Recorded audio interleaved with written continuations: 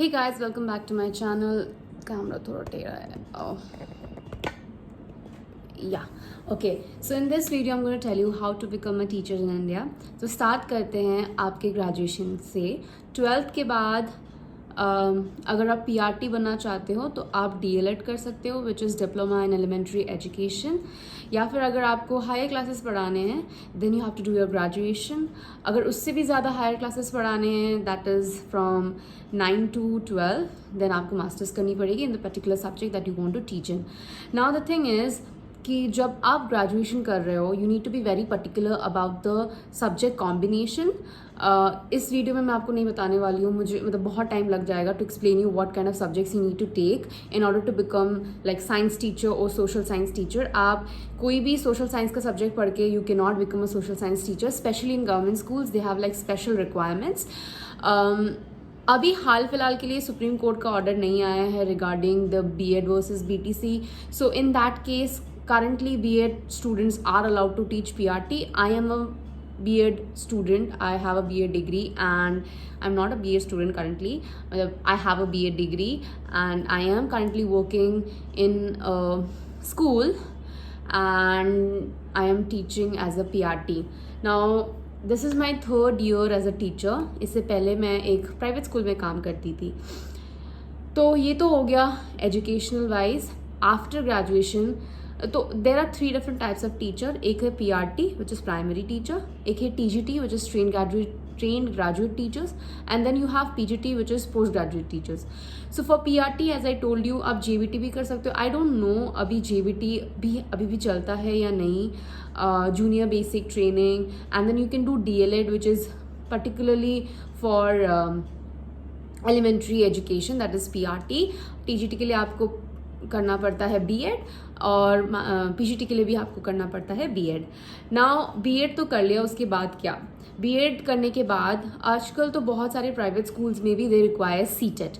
तो आपको क्लियर करना है CTET. अगर आप फर्स्ट ईयर में हैं और आप CTET का एग्ज़ाम दे रहे हो, आप दे सकते हो but you are not eligible. जो आपका डिग्री होगा that will not be eligible. But अगर आप सेकेंड ईयर में हो and you are giving your CTET then you will be eligible. जो मैंने किया जब मैं सेकेंड ईयर में थी, मैंने अपना CTET क्लियर किया उसी टाइम पे.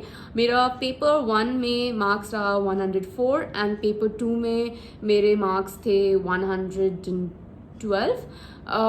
ऑनेस्टली मैंने उतनी अच्छी से प्रिपरेशन नहीं की थी. लॉकडाउन का समय था, मेरे सारे जो बुक्स थे वो हॉस्टल में थे. मैंने हिमांशी सिंह के चैनल से पढ़ाई की थी, तो मैंने उतने अच्छे से मतलब अभी अगर मुझे लगता है अभी अगर मैं प्रिपरेशन लेती तो मेरे ईजिली 130 अबव मार्क्स आ जाते. CTET क्लियर करने के बाद आपको अगर आपको गवर्नमेंट स्कूल्स में पढ़ाना है, अगर स्टेट गवर्नमेंट स्कूल्स में पढ़ाना है आपको STET देना है, स्टेट टेट. कुछ जो स्टेट्स है दे डोंट रिक्वायर CTET, तो आप डायरेक्टली स्टेट टेट दे सकते हैं. But some states require CTET अगर आपको STET देना है. उसके बाद आर्मी स्कूल में पढ़ाने के लिए आपको CSB क्लियर करना है. वैसे ही हर एक स्कूल का अलग टेट होता है, जैसे एफओ स्कूल का एफओ टेट होता है, नेवी स्कूल्स के अलग होते हैं जो बेसिकली रिटन एग्जामिनेशंस होते हैं. बाकी स्कूल्स का मुझे उतना ख्याल है नहीं.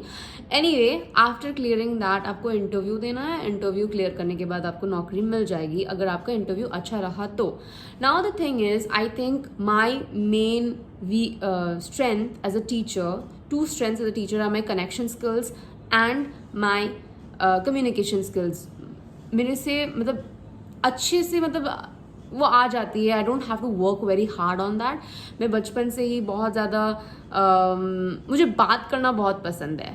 ओके बात करना बहुत पसंद है और बच्चे बहुत पसंद है. तो it comes naturally to me to talk and connect. ये तो मेरे को बहुत ही ज़्यादा पसंद है. मतलब मैं चुप नहीं रह सकती. If I see someone I have to keep talking. I have to know about them, like not like personal life, but I have to talk to them. I want to talk to them. तो ये हो गया.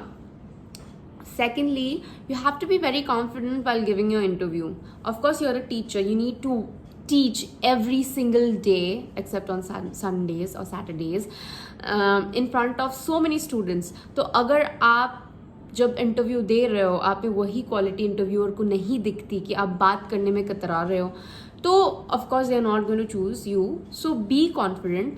And बहुत लोग ऐसे पूछते हैं कि इंग्लिश आना ज़रूरी है. इन गवर्नमेंट स्कूल्स इंग्लिश आना ज़रूरी नहीं है, because in government schools mostly the state schools में स्टेट लैंग्वेज आनी चाहिए. Even in like central schools you need to know Hindi properly. But हाँ, अगर इंग्लिश मीडियम स्कूल में इंटरव्यू दे रहे हो तो इंग्लिश आना बहुत इंपॉर्टेंट है. Otherwise you will not be chosen, because simple सा क्राइटेरिया, इंग्लिश मीडियम स्कूल है, इंग्लिश में ही पढ़ाएंगे बच्चों को, तो आना बहुत ज़रूरी है. बाकी अगर आप दूसरे स्कूल्स में जा रहे हो जहाँ पे इंग्लिश मैंडेटरी नहीं है, कुछ लोग मुझसे पूछते हैं कि क्या इंटरव्यू इंग्लिश में ही देना है, तो नो, इंग्लिश में इंटरव्यू नहीं देना है. That is not important. अगर आप टीजीटी और पीजीटी के लिए जा रहे हो तब तो they don't even see that. They see your communication skills, they see how well you can put forward your point and how clear you are with your concepts.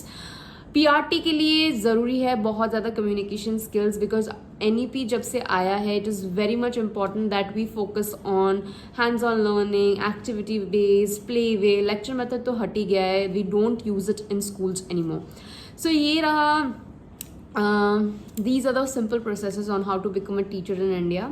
अगर आपको कोई और question है, you can leave it in the description box and I will answer it for you.